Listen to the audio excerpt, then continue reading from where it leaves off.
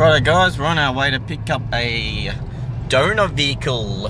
Just cruising along as usual. What's that? 70, about 70 or 80 zone standard. Got a car trailer in tow, and yeah, we're gonna go pick up this little Falcon that we're going to use some parts for the Ute and for the BA maybe. We'll see what's in it. This seems to be it seems to be almost a complete car sort of thing, so we'll see how we go. So here we go. We have a well, it was a BA Falcon Gear Mark II. So got to strip this bad boy and get all the stuff that I need. There's quite a few things inside. So it's not going to be a lot of stuff to strip. It's just going to be basically removing it from the car. Take all the doors off. They're in good shape. Oh, I think that the boot's got a dent in it, but it's a nice colour. But yeah, I will remove everything I need, and she's off to the scrap. It's got a little crease in it.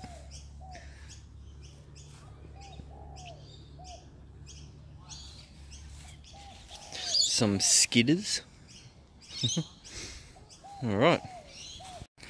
Righto, so jacked up drove up on my wood again. Yeah, jacked her up. Got two chassis stands under there. And I'm just gonna check out everything under here. And yeah, make sure there's nothing that's gonna stop us from getting a roadie. I've got, yeah, I might be able to put some inner guards in there now. I've got some. Well, we're gonna have to clean that out. There is crap everywhere.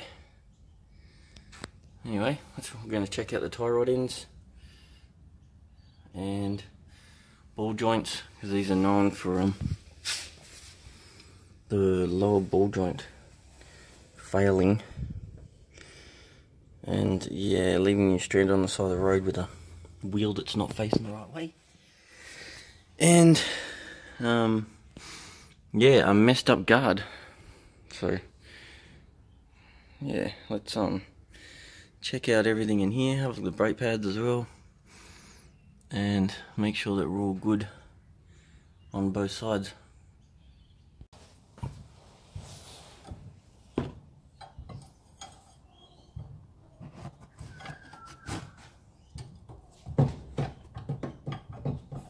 So yeah, that one's on.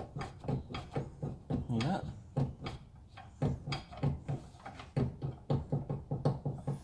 That's a disaster waiting to happen right there. So that's a lower ball joint. Brake pads. Brake pads need replacing as well. The upper control arms look alright. Bush wires, etc.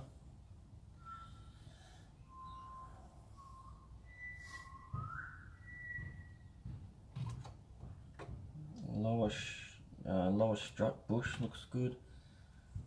That lower control, that lower bush is, lower ball joint is wrecked. It's wrecked.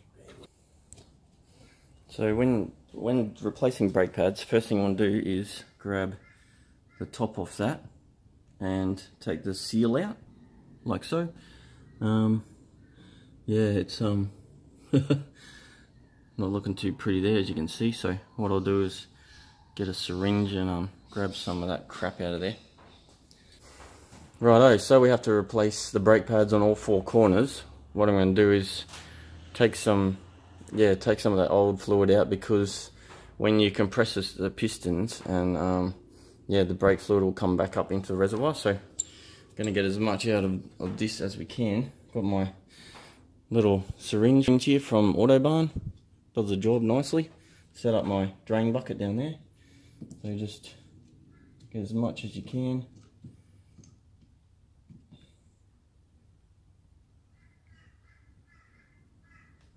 And empty it into your drain tin.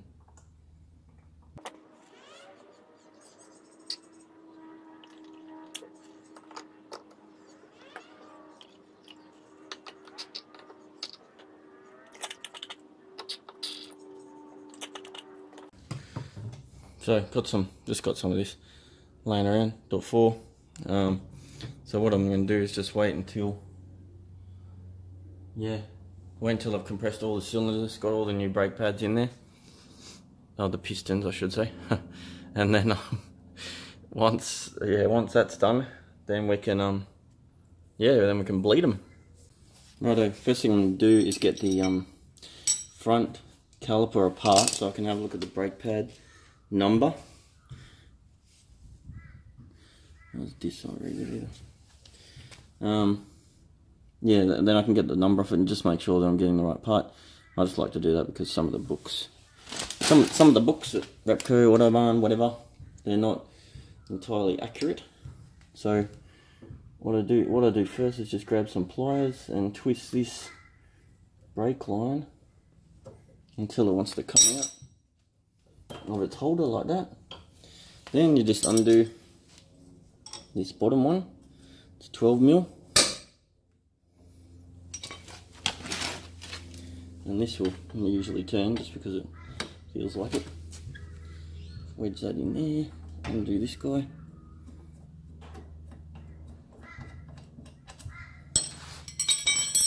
Then you can just go ahead and lift that up, usually.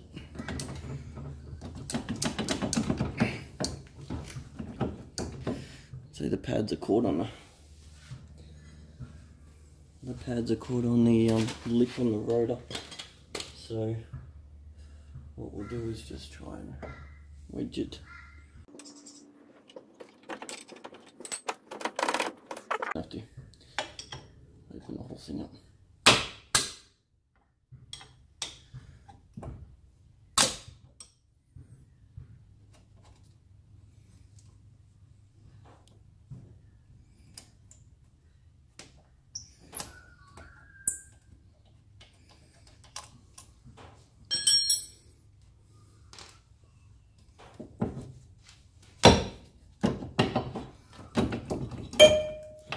There we go.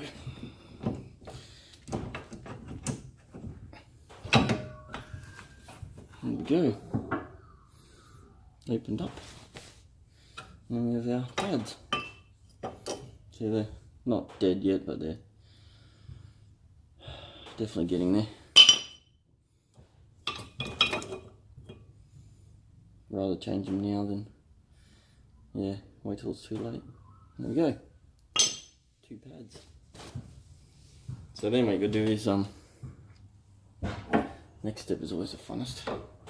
I like to bring the caliper around here somewhere. Get my trusty old G clamp, and then grab one of the old pads, and then just stick it against there, and then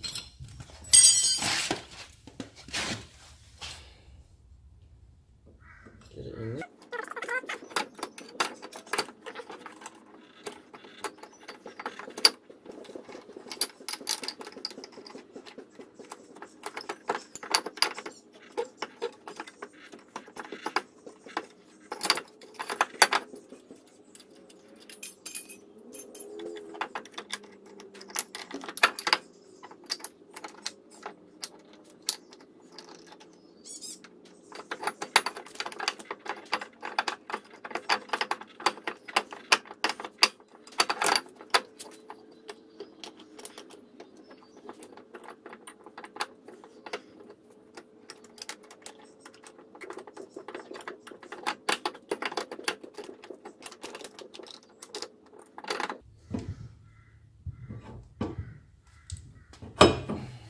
As you can see, it does take quite a few goes, but yeah, in the end, you'll get there. You'll have pushed them all the way back. We'll have a look. We should have some fluid in there now. Yep, fluid in the back one.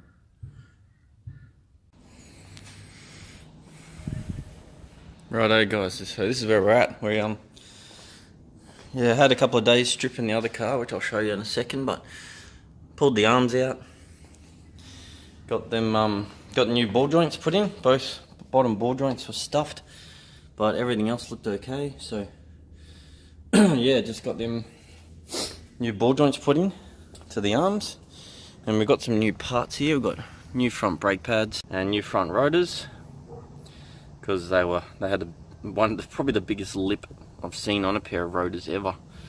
So I'm guessing that they've either never been changed or whatever, they didn't get machined in their lifetime. So here they are here. I don't know how well you're going to see it, but there is one crazy lip there. It was actually quite hard to get the the pads and the rotor off and that. Anyway, that's that. And something I picked up for the ute. Oh yeah, picked this bad boy up for the ute the other day. FG intake manifold and rail. So that's going to go bloody nicely. Just got to get a map sensor, but that's all good. And then yeah, so I've been busy, stripped the donor car I got. So yeah, here's our donor vehicle. But yeah, gone ahead and completely dismounted it, basically. Still a roller, but who wants an open center 273 geared diff? No one that I know.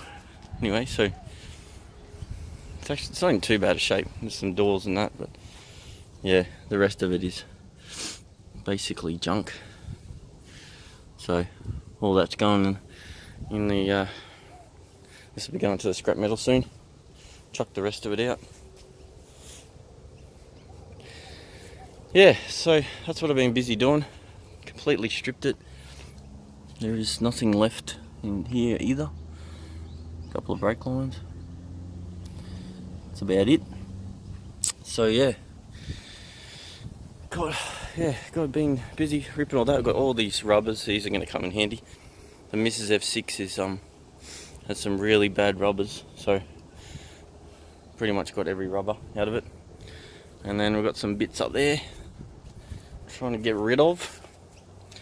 Righto, well, let's get all this stuff installed, eh? So obviously you don't have to do this, but I just like to soak everything in the grease that way when you everything goes back together the next time you wash it or whatever. It'll get some of the 249,000 Ks worth of crap off. But yeah, it's pretty dirty in here, so just give everything a little soaking greaser. So I'll record some of this. It's it's not fun. These arms are bloody heavy, and having one arm doesn't help. Can't get them back in. But just a tip: you have to undo this. Otherwise, the end of the arm will not come out. It's basically as simple as that. So let's see if we can get this much in here somehow. Righto, after a fun little battle, I managed to get the arm back in, and just to show you roughly where the threads need to be to get the arm back in. It's basically at the end of the thread, so yeah, not fun, but done. Just got to get the bolts in now, which never seems to be too hard, but yeah, let's do that.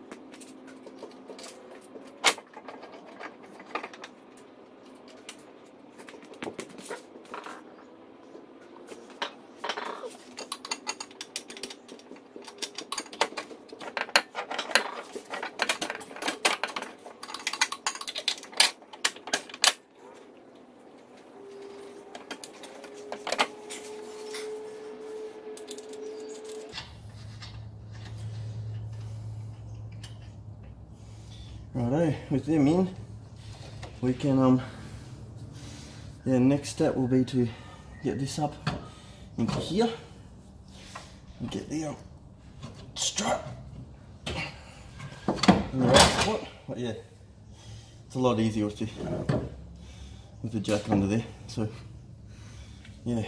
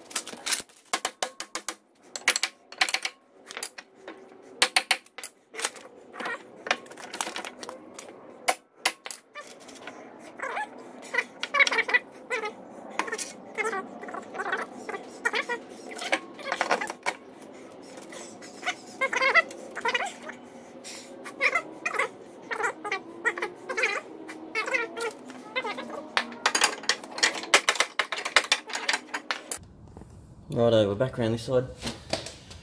We've jacked up again. We've got the lower control arm bolts done up when it's in the basically the right height position. And now I've got to do this guy up, the strut mount.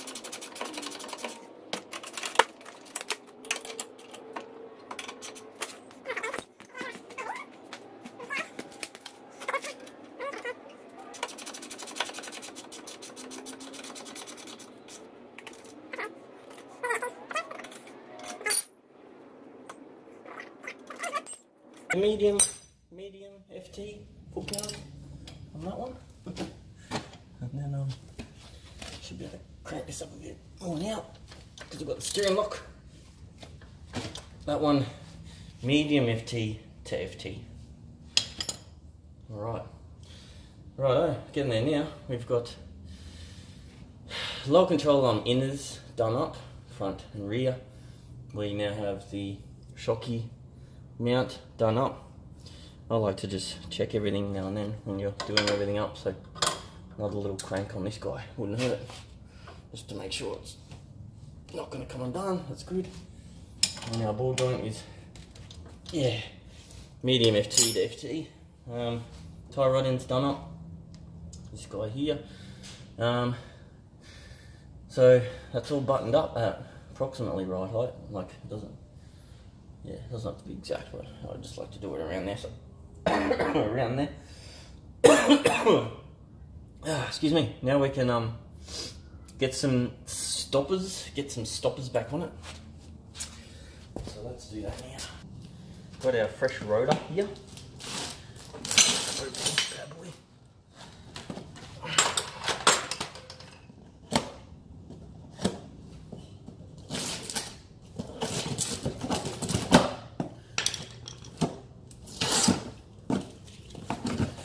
This slot like that, opened up.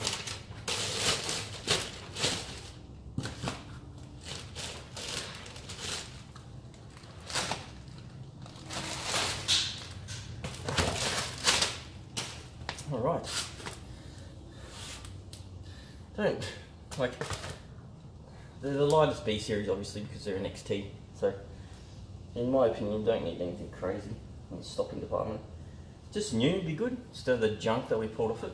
So, yeah, let's get some brake cleaner. What you need is you just get some brake cleaner, give it a little spruce up, get all the get the stuff off it that is there from the factory to stop it rusting. Now, like, if you could be stuffed and you had the time, whatever, you could paint them up, make them look pretty, but yeah, I can't be stuffed. This isn't a, you're not even going to see them because they're going to be hidden behind the prosciuttis.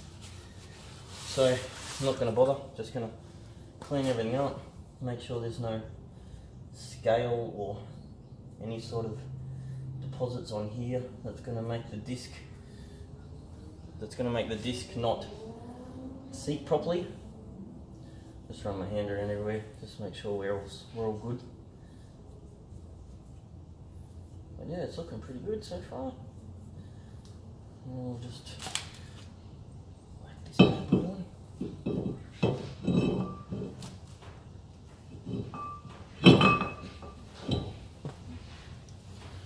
Now I have these my old VL, I had couple of, I'll just show you. I still got a few washers from the old VL that I use, and this is the easiest way to just keep the disc there while you're putting everything on. So this is how I do it when I'm painting the brakes too, but like I said, I'm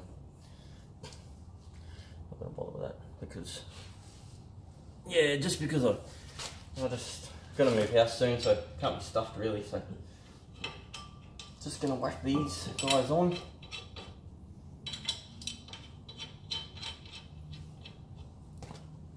And yeah, like I said, it's just to make sure that the disc is seated up and doesn't wobble around and shit. You can get the brake pads in easier.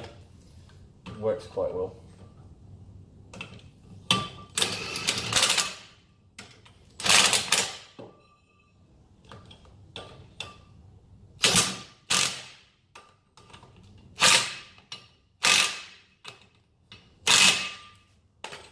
See, that's all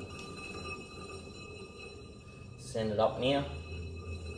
I'm just hitting on that. It's all good. Righto, so that's that. Now, here's this next step. What you just need to do is get your steering wheel, everything's hooked back up, and just bring it all the way over to this side so that you can access everything properly. Because there's your two mounting bolts for your rotor. There's your two mounting bolts for your caliper mounts. So we've got those two guys here. And then, because they're brand new brakes, they're not going to be coming off for a while. So I'm just going to do a little dabberoo of some Loctite. Just to drop on the end of the thread. You don't have to go crazy because it's pretty good stuff. Doesn't do things lightly. So this one goes up the top here. That way.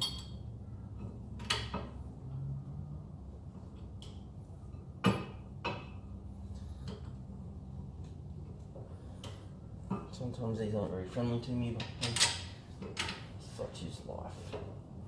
There we go. Once you start one, bring this in alignment so you can get the other guy cranking. It's cooperating now, so then we need 15mm. So we can just set these in a bit of a zap up.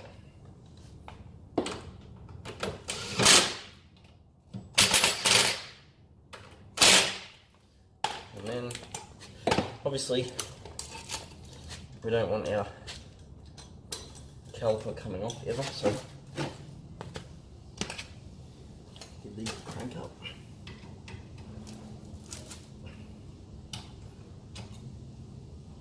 This is definitely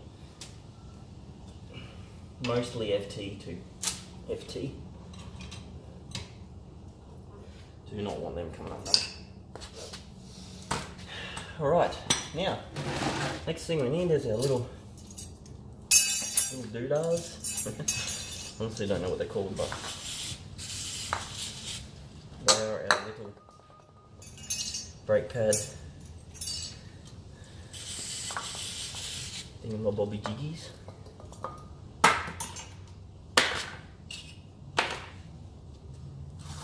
Just give them a quick little spruce up.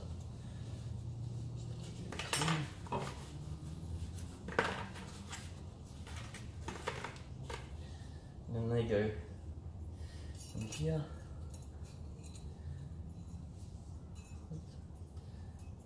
All the way around.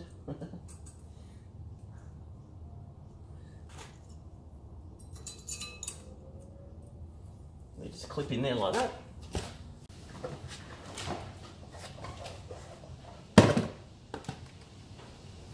Don't let myself finished. Alright, got our front pads, big hoo-has. So we're going to get these out. Where's my screwy?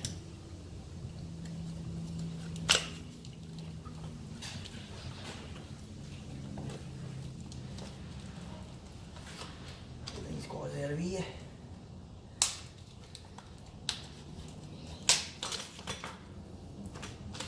Excuse me.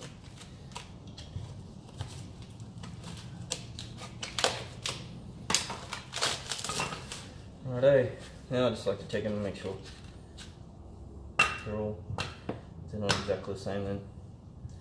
They're very similar. They've got this little pad on the back too. A bit of clean up. Now, you've probably seen the photos on the internet. Yeah, what's wrong with this picture?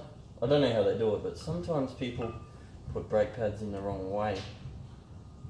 Now I don't know if you can see, but these are most likely designed that way so you can't. I don't know, whatever. But yeah, the this side goes to the disc, so I can stop your car. Man, I hate to be someone that actually did that or had that happen to them. Yeah. So there we go. We have our little guys, and then you just check your little pistons, your sliders, whatever you prefer to call them. Now, yeah, like in the other video, earlier, when I took these apart, I did push the piston back. So just make sure that you got no junk in there on the pistons. Surface is sort of cleanish. Beautiful. And we can slide these guys on.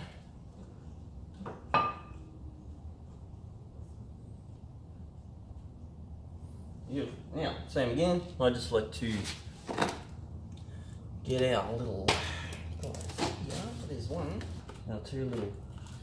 I don't know if you can see. Probably you can see that, but there's traces of Loctite on there. So, but yeah, obviously we don't want the caliper coming off either. So, just gonna give it a little.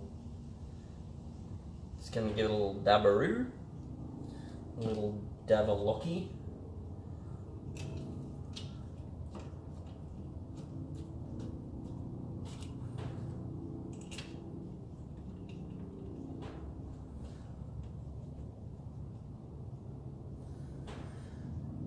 These ones are 12mm.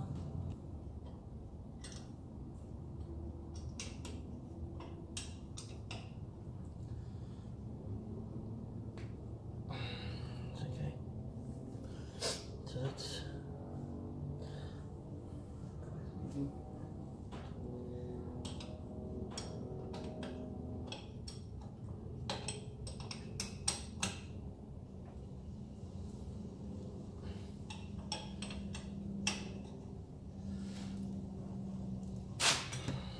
grip this fella here so that it doesn't try and come up. There we go.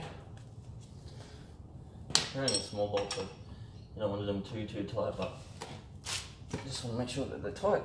And that's that.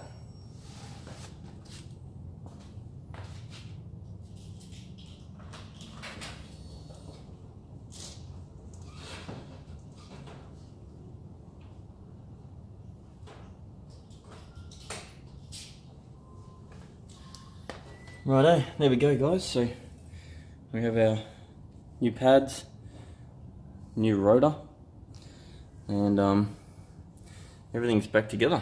We just have to, the last thing you do is the sway bar, because that sort of holds everything into place, sort of thing, if you know what I mean. But there we go. Got our new ball joints. Beautiful. So the other day I noticed that the rear brake pads are shot. I don't know if you can be able to see it, but they're down to bugger all, so chuck some new rears in it. And the other thing I noticed, when it was,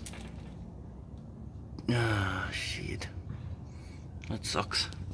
There's the rear sway bar hole. Oh man, I need a control arm. Wait up, there's one over there. Looks like I'm pulling a control arm out of that. Maybe. What do you reckon I should do? Should I worry about a sway bar? I might just pull it out. Bugger it.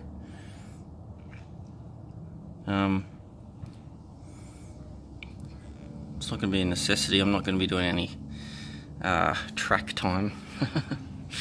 Anyway, I'll get these brakes in. They're very easily, very easy. There's a, I do undo the bottom one, then flip the caliper up, because the brake line comes down. You can't do it the other way. Then you just swap the pads over. Or get your clamp in there, G-clamp in there, and push the piston back.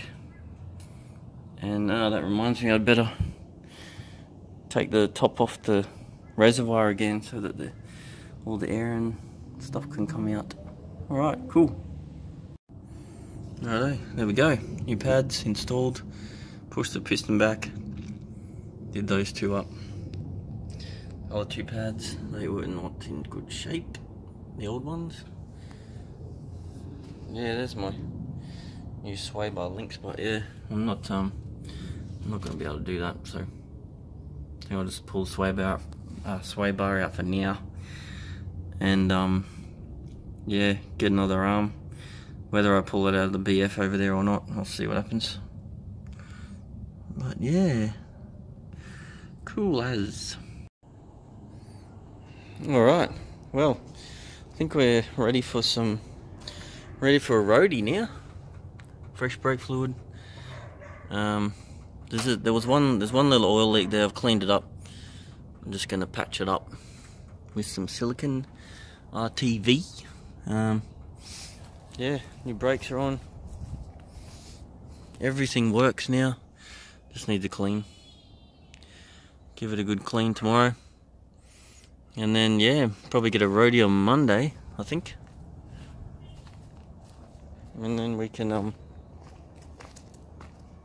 yeah, then we're gonna put a turbo on it, I think. If I can find a manifold. Can't find a B series turbo manifold. Jess's car getting a snow foam.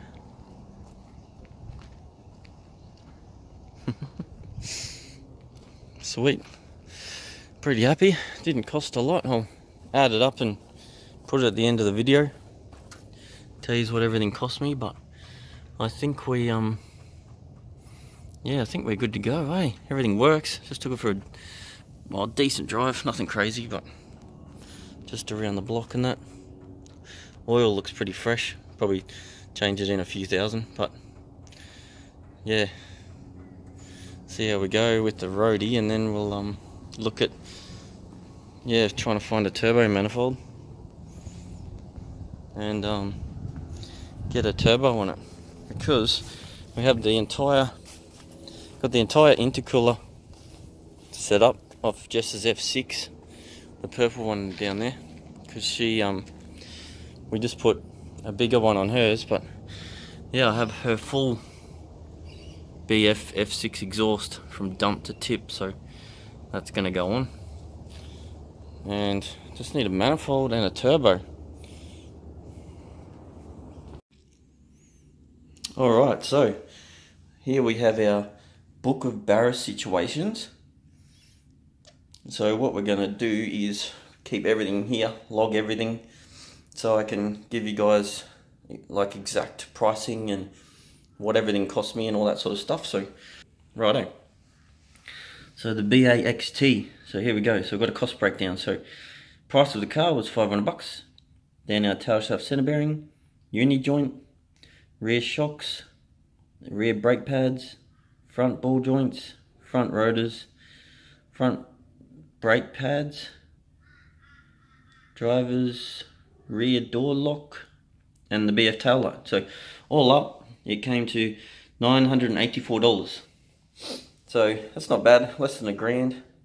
And we've got a running, driving, yeah, BA that's had all the, basically the shit gone. All the shit's gone now. So it's, yeah, ready for a roadie. So add that, so it's about 11. So yeah, about 1080 to 1100. And then, yeah, Rego. But yeah, we're going to see if we can find the manifold that we need. And see if we can find a turbo.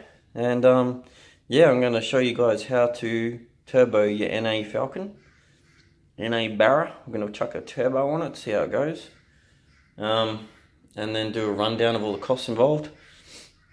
And yeah, that should be pretty cool, but hopefully I can find the bits I need. If not, then yeah, we'll just have to do something else. But righto guys, hope you enjoyed it. And yeah, see you on the next one.